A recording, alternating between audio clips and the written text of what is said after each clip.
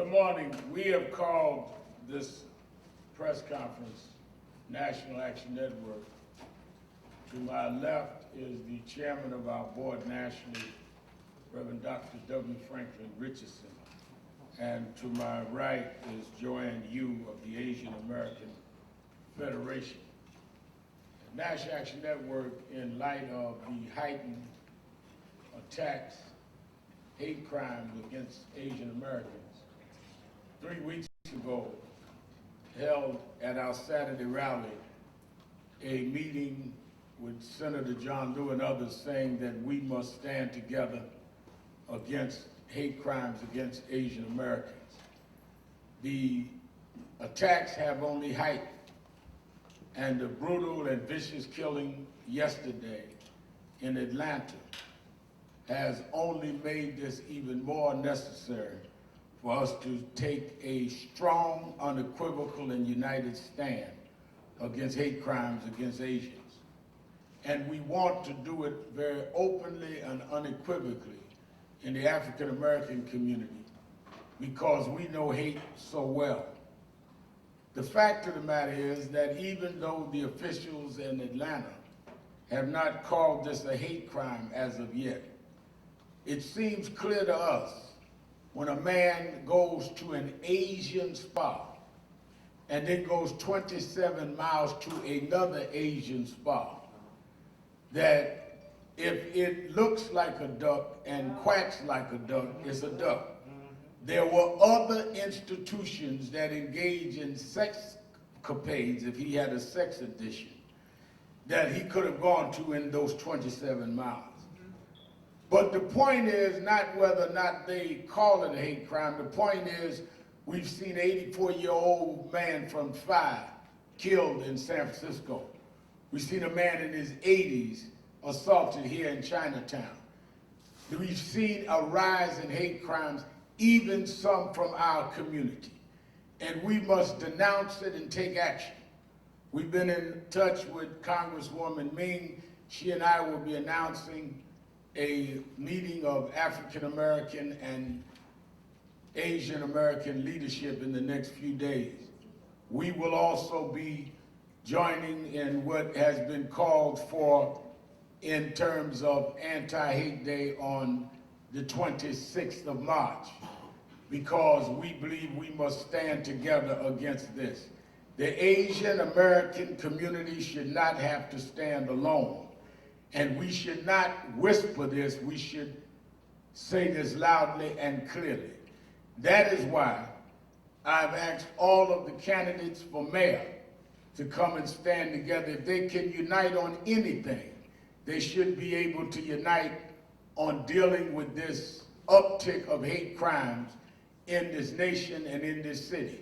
No one should be the mayor of any city if they are not going to vocally and very aggressively deal with the crime of hate. And many, if not all, have agreed to come and make a brief statement this morning.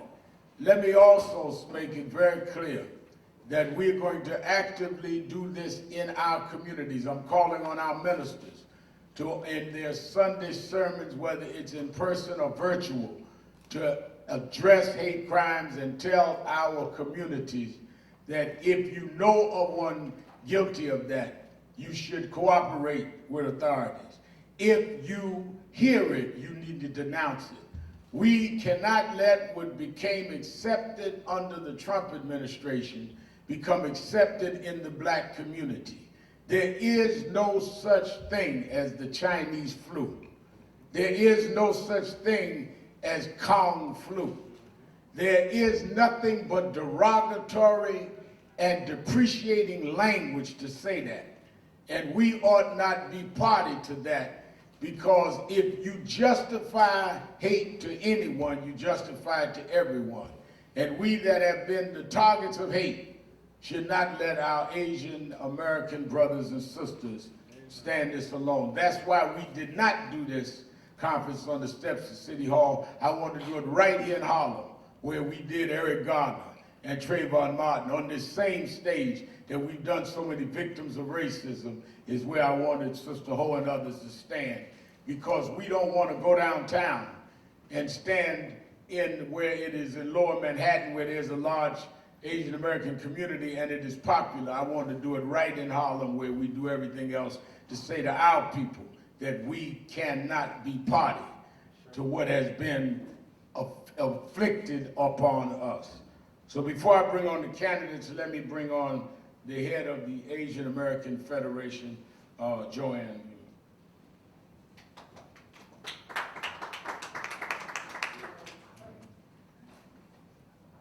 Hi, my name is Joanne Yu, and I'm the Executive Director of the Asian American Federation. I'm sure Reverend Sharpton doesn't remember, but I was coming into work one morning, and the Reverend was in the building, and so I accosted him in the lobby, and I said, Reverend, if anything ever happened, you know you're going to be one of the first people I call.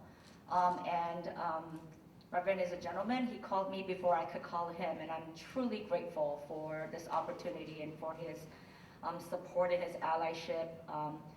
He knows this from experience because this has happened to the Black community too many times, and we really appreciate him using his voice to lend support to what is happening in the Asian American community.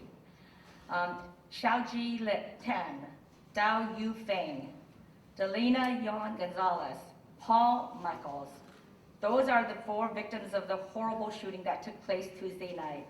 The other 4 victims are yet to be identified, and a foreign consulate is helping to reach out to the families. 8 deaths. 6 of them are Asian women. Women who look like me, who look like my mom and my sisters, my aunties, my cousins, friends, and colleagues. Those are the victims. Immigrant women who had to go to work in a global pandemic. During a year of seemingly endless attacks on the Asian American community, it is so difficult to find some peace these days. So I want to thank Reverend Sharpton and my brother Dee Perkins and the entire National Action Network for this invitation. When I talked to Brother Dee yesterday, we both choked up a little bit because it's been way too long since we actually had a chance to speak on the phone and catch up.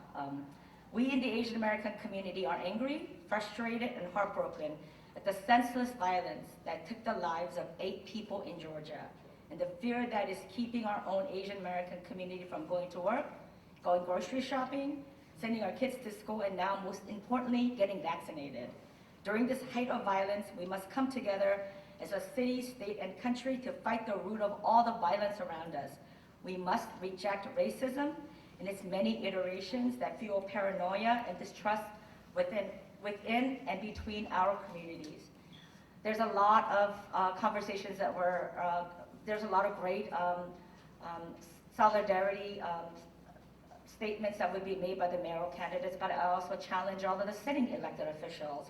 Here is a brief list of our demands. We demand that our elected leaders address the ongoing violence, name the violence as racism and white supremacy. Their deafening silence and inactions are a slap in the face of our community. We demand that the upcoming city and state budgets reflect commitments to building community and programs to support vulnerable communities, particularly communities of color, who suffer disproportionate impacts of this crisis. Everybody has said those words, disproportionate impact, but yet we have yet to see them put policy words to practice. Communities of color, for all of us, we must come together to have the hard and honest conversations to address our own misperceptions and prejudices and see the best of ourselves in each other. We are already seeing how law enforcement is framing the killing. I read that this killer was a son of a pastor. He committed those murders because he had a bad day. I am the daughter of a pastor, but I don't go out and kill people when I have a bad day. We have watched for too many years how the deaths of our black siblings by white supremacists are rationalized and excused. We will never, never let you do this to us and to our communities ever again. I want to ask everybody's prayers and support for Sister Stephanie Cho, who is Executive Director of Asian Americans Advancing Justice in Atlanta. She was fresh from the victories that she worked on with the Senators Warnock and Ossoff campaigns, and now she's having to deal with this and untangling all of the sadness and the fear that's happening in Georgia. We are united in our grief. In our calls for justice for the victims of the killing, we are united in our anger. when communities of color are made to struggle for resource funds. We are united, and we refuse to be divided. Thank you. Thank you. Again, that was Joanne Yu, the president, the executive director of Asian American Federation.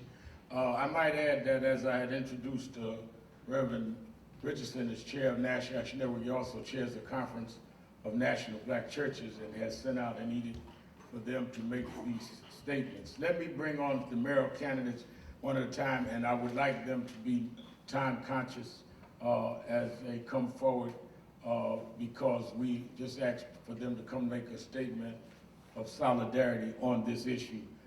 Save your best campaign pitch for later on. Let's start with the candidate for mayor, president, controller of the city of New York, Scott Stringer.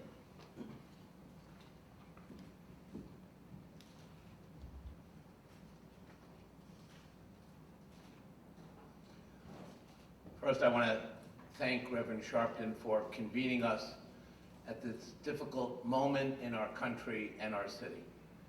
Yesterday, I went to Chinatown to meet with community leaders to talk about the horrific attack in Georgia.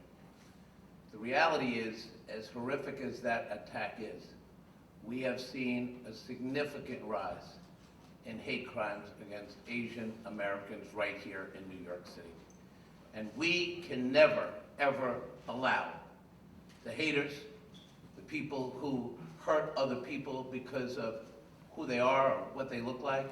We've seen this play out too many times in our city's history. And we have stood at this platform time and time again over many years when attacks against communities were prevalent and real. And today we stand with our Asian brothers and sisters to say something very serious. We have your back. When they come for you, we're right there with you. We will never allow this kind of hate to permeate this city and this country. This is what Donald Trump envisioned during his presidency. We know that. We see it spilling out in our streets. And we need to make sure that we have a community-led safety plan to make sure that everyone is protected, to listen to stakeholders, to listen to the people who are on the ground in the community. And that's where I want to put my efforts. That's why today I'm proud to join as controller and as a mayoral candidate with my other mayoral candidates as well, because the one thing we all do when one is attacked is we have each other's back. That's New York City. That's why Reverend Sharpton has us here. And I'm very proud to be with all of you today. Thank you very much. Thank you, Mr. Stringer. And I know we took everyone's temperature, but please we have rallies here. We kind of distance better than this. Press y'all too close. And I know you mayoral candidates are showing unity, but don't get too close. Candidate for mayor, Mr. Andrew Yang.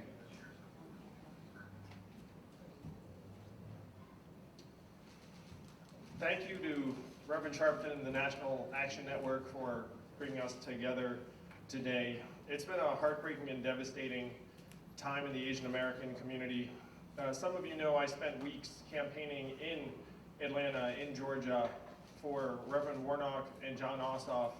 I met so many people in the Asian American community in Atlanta.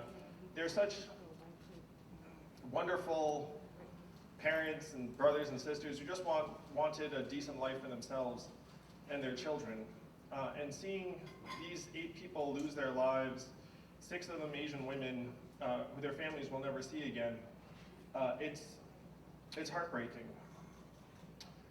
I've been Asian all my life, and I remember vividly growing up with this constant sense of invisibility, mockery, disdain, a sense that you cannot be American if you have an Asian face.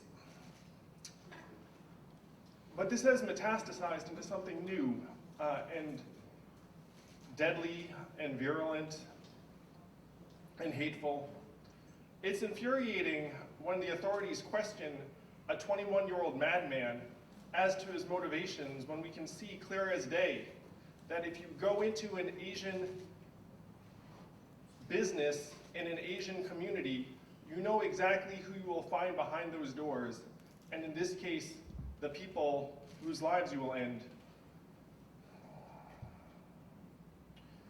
We're here to talk about solidarity, and I'm so grateful to Reverend Sharpton because the Black community has suffered from something that I believe that many Asians are experiencing for the first time, again, as the sense of our place in America has always been questioned, but now it is something different.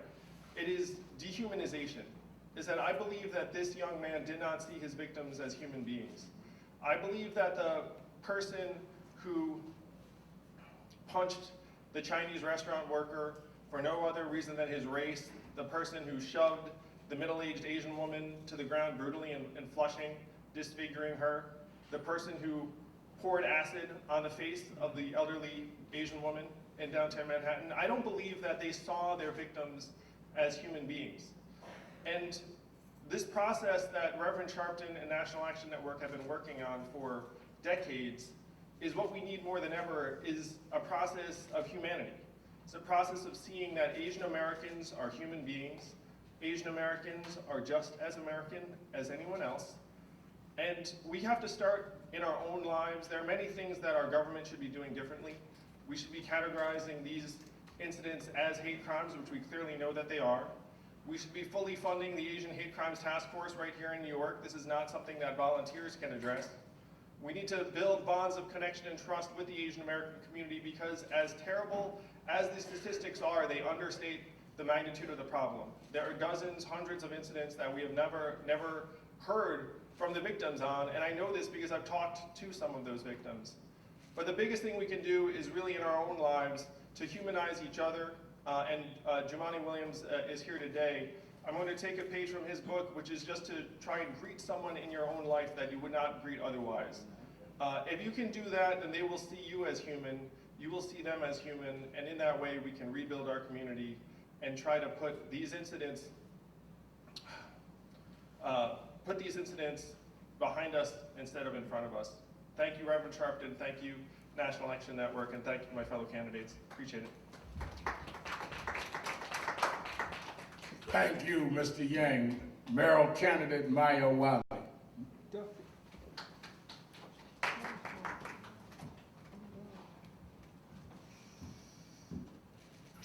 I think we have to stop for a minute on what Andrew has told us. Because what he has told us is that we should not be surprised. Not that we should not be shocked. Not that we should not be appalled. Not that we should not be outraged. But that we should not be shocked. Because he's telling us that it's not new to feel like you don't belong. It's not new to feel like you don't count. So we stand here today to say we all count. Every last one of our residents who is Asian, American, Pacific Islander counts. And not only that we stand with you, but we will do more than stand with you. Because when Maggie Chang's mother was pushed violently in that street, it took Olivia Munn calling attention to it to get an arrest. That is wrong. It is on all of us, not on the Asian community to find its celebrities to call attention to the fact that this is about all of us. And we have to recognize that when Andrew Long was arrested yesterday, he had a hard day. Really? Because some people had no day at all because they were dead. And we know in the Black community what that feels like, because when Dylan Roof had his hard day at Emmanuel AME Church, he got Burger King. What did Eric Garner get? The life choked out of him. What did George Floyd get? The knee on his neck. And this is about all of us. And we stand here with National Action Network with Reverend Al Sharpton because he and this institution has always said it's about all of us. And I say that it is not enough to say we stand in solidarity. It is time that we say no hate here. And we do that by saying Asian Americans, Pacific Islanders count. And we need Albany to give us the bill that enables us to collect the data. Because we know that hate crimes from the New York City Police Department, they say 933% increase. But what else can we say about our neighbors, about our friends, about our colleagues? And the other thing we have to say is, I was at the rally when Noel Quintana talked about his slashing in a subway, talked about the fact that no one pulled out a camera to take a videotape, talked about the fact he was not alone in that subway car. So part of what we have to say is that you're not alone, because we as government, and when I am mayor, will fund our community-based organizations in our Asian and Pacific Islander communities so that you can support in a culturally responsive way the community, and that we can build bridges across our communities. And we won't stop there, because I just heard a story that Noel Quintana had to get help to get victim services? No. Hate has no home here, but we will tell you who does. Andrew Yang, you have a home here. And every last person in this city who comes from the community, any community, documented or undocumented, Asian Pacific Islander, Latino, Black, Jewish, because we've also had a rise in anti-Semitism and Islamophobia. Everyone is a New Yorker who resides in this city, and hate has no home here.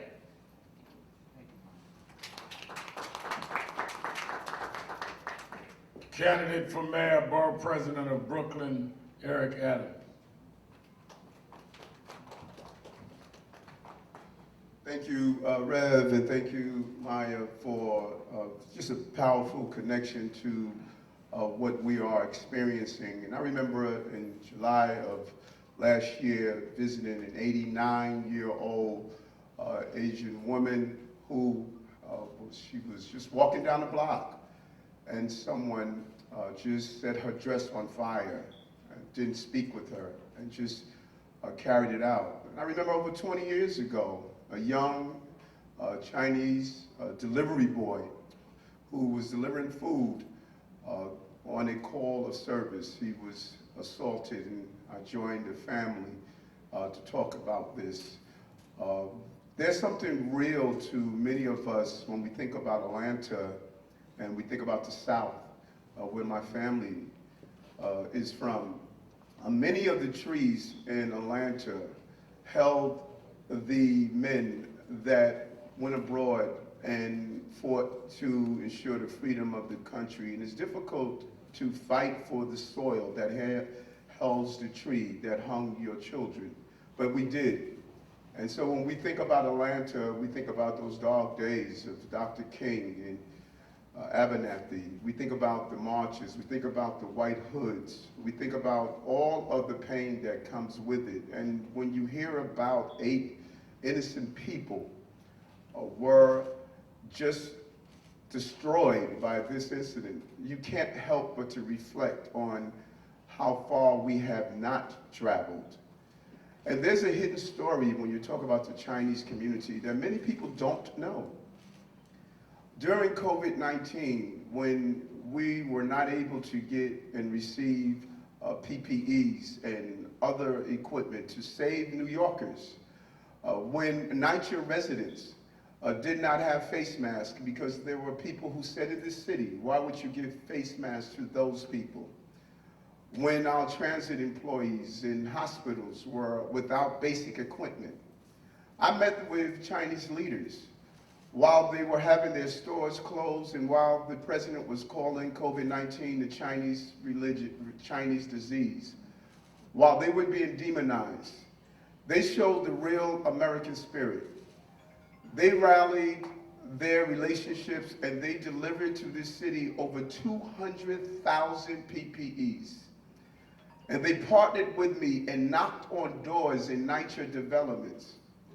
They walked the streets and they visited frontline workers. They went to hospitals.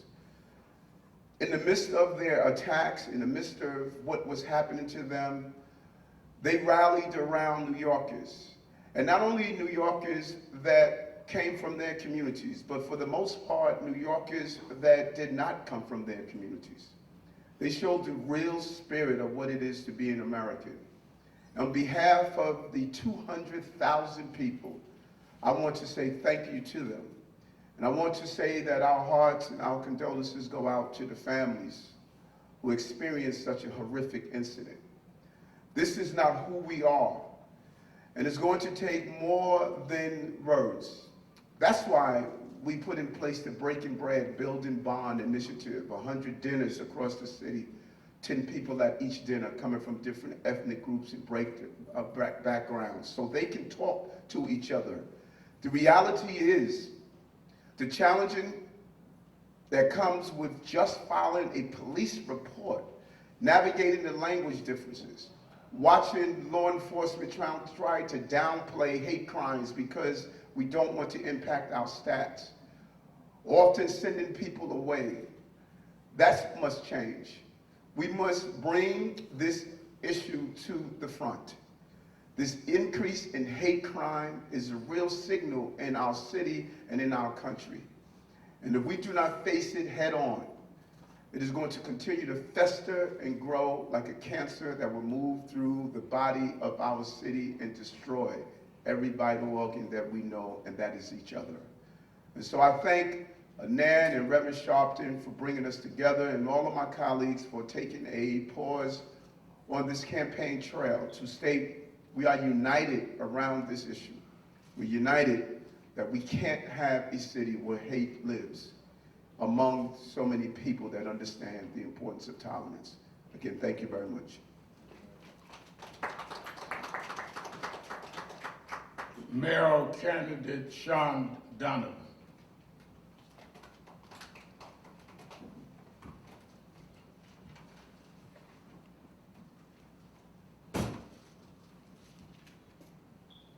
Reverend Sharpton, National Action Network, Wayne Ho, all of the leaders who do this work every day, thank you for bringing us together.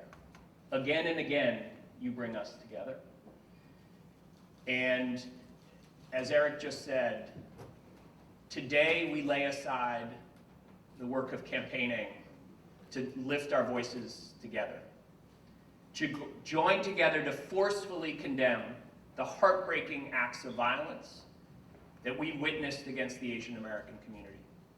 People whose only mistake was being an easy scapegoat for an incompetent president, and others who are looking to pass blame to someone who looked different, who looked foreign, who looked other. All this comes at a time as well where these same brothers and sisters are facing the highest rates of COVID deaths in our city, some of the longest periods of joblessness, and some of the greatest financial strains on their small businesses. And now an elderly Asian in our city has to be afraid to go outside for a walk. Young Asian Americans need to ask themselves whether they should accompany their parents to the store and wonder who should accompany them. People who contribute to the gorgeous mosaic of our city need to worry about speaking their native tongue in public even more than they already did. So all of us do lift our voices. We join together today to say no. We cannot allow these acts of violence to continue day in and day out, traumatizing communities, destroying families, taking lives. We need to be swift in our condemnation of those who discriminate against the AAPI community and those who thoughtlessly publish and lend credence to the discrimination.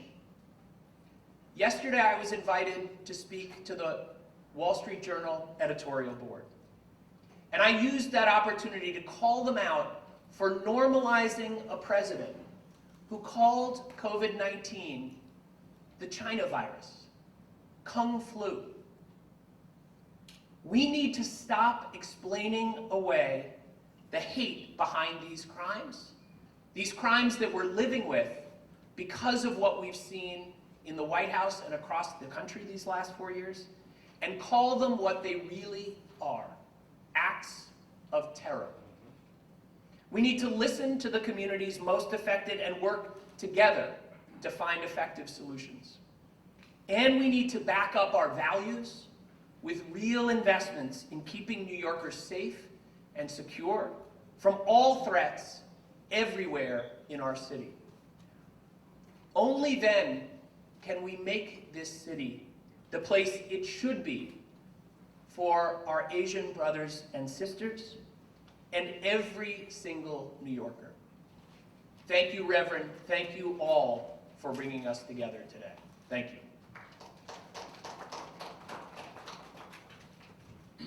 Candidate for Mayor Raymond McGuire.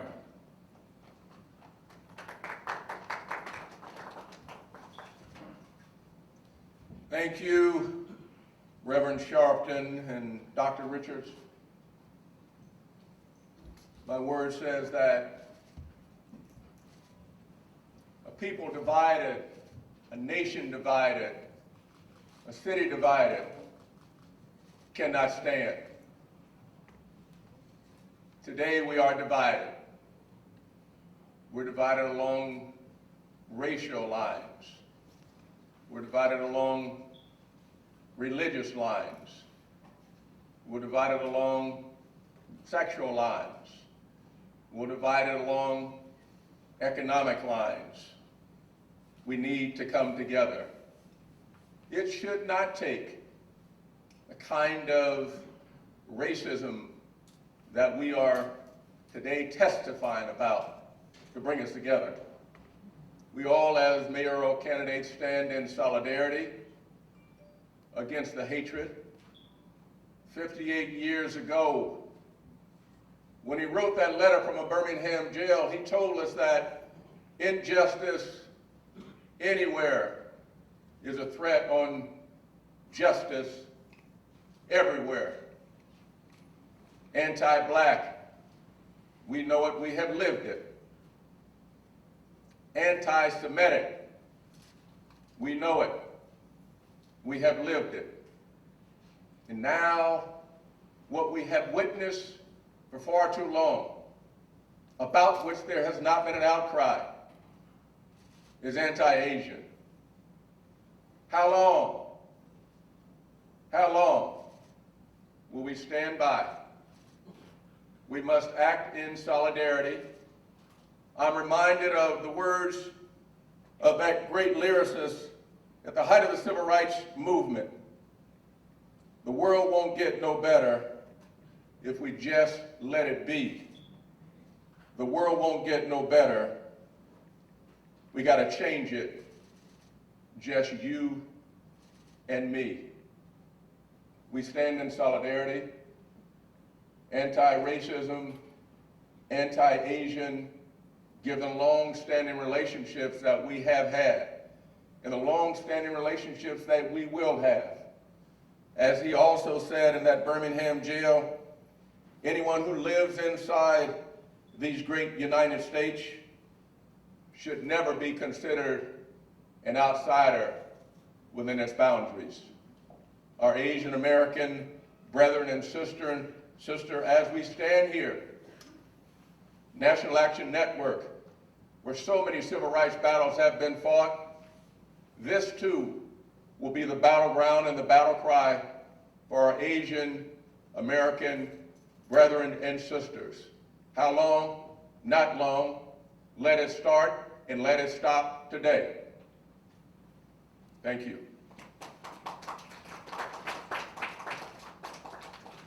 Let us hear from the public advocate of the city of New York, Jemani Williams.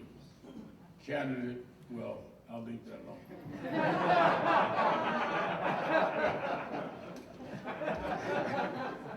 Still a candidate for public advocate. Thank you, Rev and Nan and the leaders who are here for bringing us all together on this sad occasion. But I just want to be clear that this is it. This is the inevitable conclusion when white supremacy and racism is treated as a simple policy difference. When we hear the words we heard for the past 4 years and people attributed it to just differences in policy. When, as was mentioned, the President of the United States of America freely, unabashedly, almost encouraged to use words like the Chinese disease, the Chinese whatever he said, and Kung Flu, and it's treated as something other than what it is. 8 people are dead. They are not coming back. While we are here, I'm hoping that the media will shine a light on those 8 folks more than they shine on the person who shot them. Because their families and their friends, the horror has just begun. And there'll be a point where this is not discussed the same way, and that pain will still be there. This is what happens when that white supremacy is treated as a policy difference in a country that has a demonic obsession with access to guns. That's it. Unfettered access to war machines. This is what occurs. Unfortunately, it is American. But regardless of what people try to attribute as American, the physical attributes of my skin color or someone's face is also American. No matter what you say, it is as American as anything else. And so is who someone loves, who they worship, what they wear on their head, and their gender identity. But it's easy to say those things, but we have to acknowledge how strong the roots of white supremacy is in this country, which is why we're having such a difficulty uprooting it. I'm here today to stand with our Asian Americans. And first, I just want to say thank you, because so many leaders were there last year screaming Black Lives Matter. And so many were there throughout the civil rights movement. And I thank you now because even through this pain, the thoughtfulness of the leaders who were saying, and we agree, there must be accountability. We know that law enforcement has a role to play. But the allyship that they are showing and saying, but we don't want to see what we see time and time again, meaning the abuses of law enforcement in black and brown communities. And so I thank you for that allyship as well, because it is important. And I want to return that allyship and stand with you here to say not only do we need accountability, but we need the resources to fight this. It's not enough to stand up and say it's bad, but we have to do something about it because people are dying.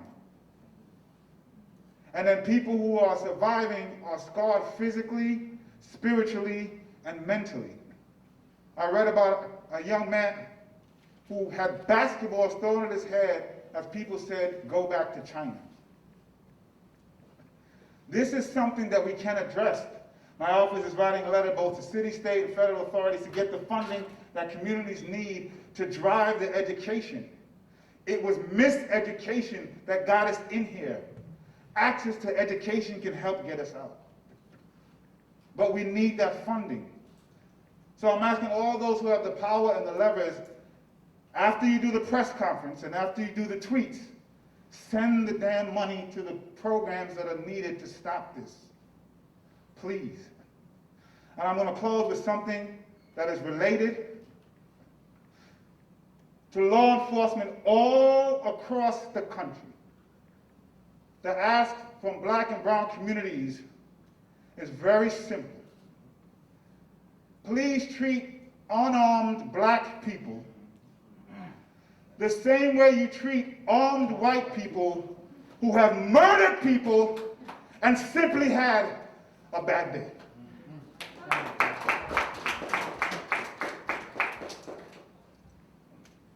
Our co-chair, who helped us in innumerable cases, the executive director of the New York City Civil Liberties Union, Donna Lieberman.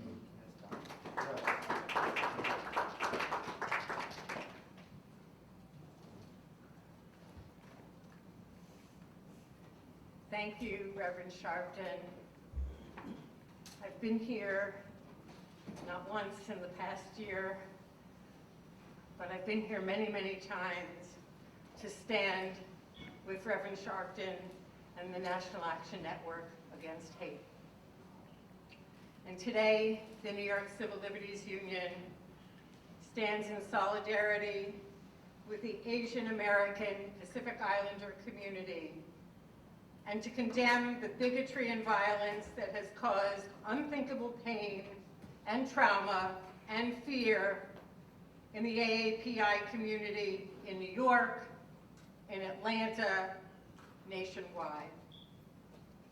Our hearts go out to the families of the 8 people murdered this week in Atlanta. And in the past year alone, there have been over 3,800 reported attacks on Asian Americans, 650 in the 2 weeks following the global shutdown alone. And let's not forget, the majority of those attacks have been targeted at women. You know, after 4 years of incessant white supremacist bluster, white male supremacist bluster, I should say, and a pandemic response driven by a crescendo of anti-Asian rhetoric instead of science, yes, we are horrified, but we should not be surprised. And we as a nation, in every city and every town, have an awful lot of reckoning to do and an awful lot of healing. But this is not just about the last few years.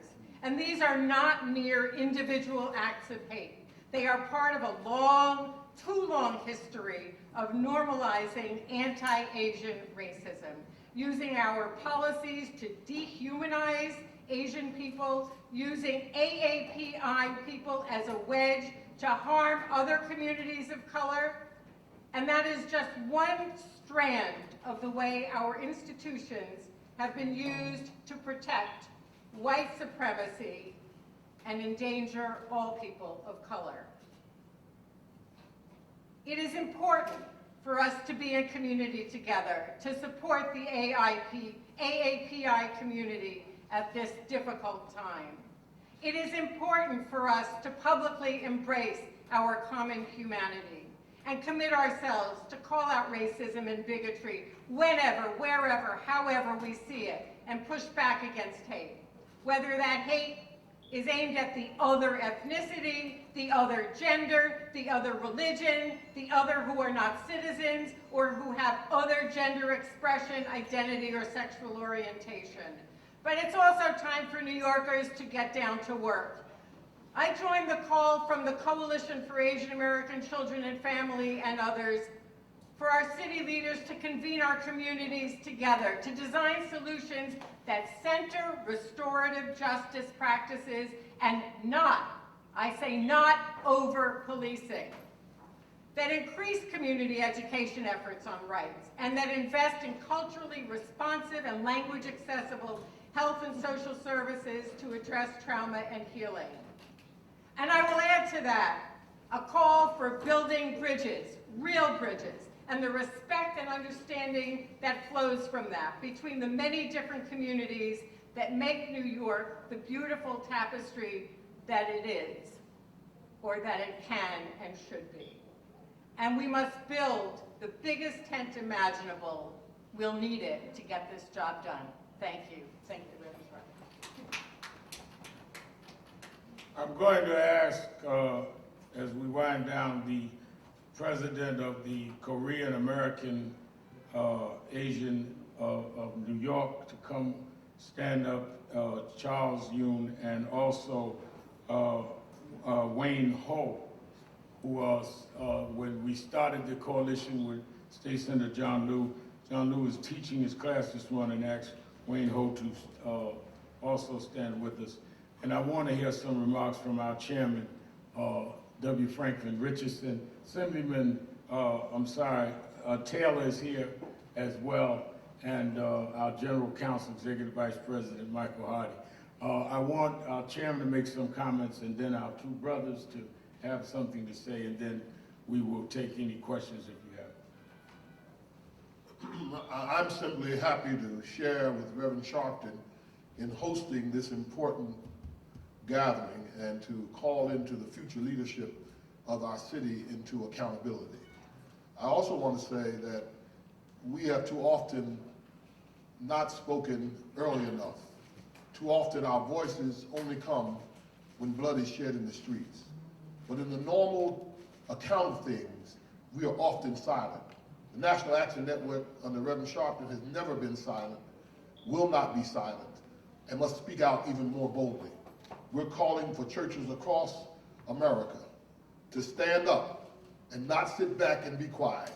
Stand up and take it personally.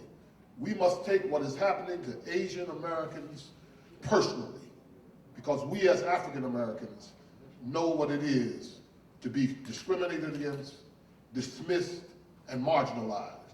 We will not take it, and neither should the Asian community in this country.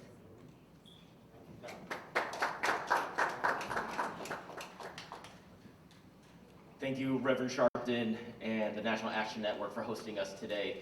I'm Wayne Ho. I'm the President and CEO of the Chinese American Planning Council. We are the largest Asian American social services nonprofit in the country. And we know that at this time, there cannot be hate in New York City. There cannot be hate in the entire United States. No matter what your background is, in the neighborhoods you live, you worship, you work, you study, you play, there must be safety, there must be dignity, there must be respect. We have been providing essential services throughout the pandemic. When New Yorkers were told to stay home, my team were out in the streets, out in the community, serving the most vulnerable. We have staff who have been spat on, who have been pushed, who have been shoved, who've had things thrown at them. We have seniors right now who are eligible for the vaccine, who are refusing to go get their vaccine because they are afraid for their safety. We know that we have to have safety. We have to have respect and dignity. But we have to be careful about what that means and what real solutions are. While it's great that the NYPD has an Asian hate crimes task force, we want to make sure there is not over-policing. We know that the mask mandate last year became another way to have stop and frisk. We do not want investments in the the Asian Hate Crimes Task Force, the NYPD, to justify more incarceration, more criminalization of our Black and brown brothers and sisters. We want to make sure that the resources are being invested not in over-policing, but resources are being invested in the communities. The Asian American community makes up 15% of New York City. We get less than 1% of social services dollars. We make up 10% of New York State. We get less than 0.5% of all social services dollars from the state of New York. We need to make sure that services are going to the community. We want to make sure that there's restorative justice. We do not want more incarceration. We need to make sure that the police, the DA's offices, nonprofits, we're all working together in a community to bring the offenders and perpetrators and the victims together for healing, for empathy, to move forward in a safe, dignified way. We need to make sure that there's services in the community. That means more resource navigation, violence interrupters, upstander trainings, bystanders, folks who know how to de-escalate situations, not make situations worse. I want to remind everyone that last year, the Asian American community, CPC ourselves, we were marching for Black lives, Asians for Black lives. We need to remember that anti-Asian hate crimes are not only about individuals attacking other individuals. We have to remember Christian Hall, Angelo Quinto were killed by police officers If there's a time for the Asian American community to stand together, Chinese, Koreans, Indians, Filipinos, Vietnamese, we stand together as a Pan-Asian community, and we stand together with our black and brown siblings right now to say no more violence, no more hate, but we need services. We don't need to invest in over-policing. We need to invest in our communities. Thank you very much.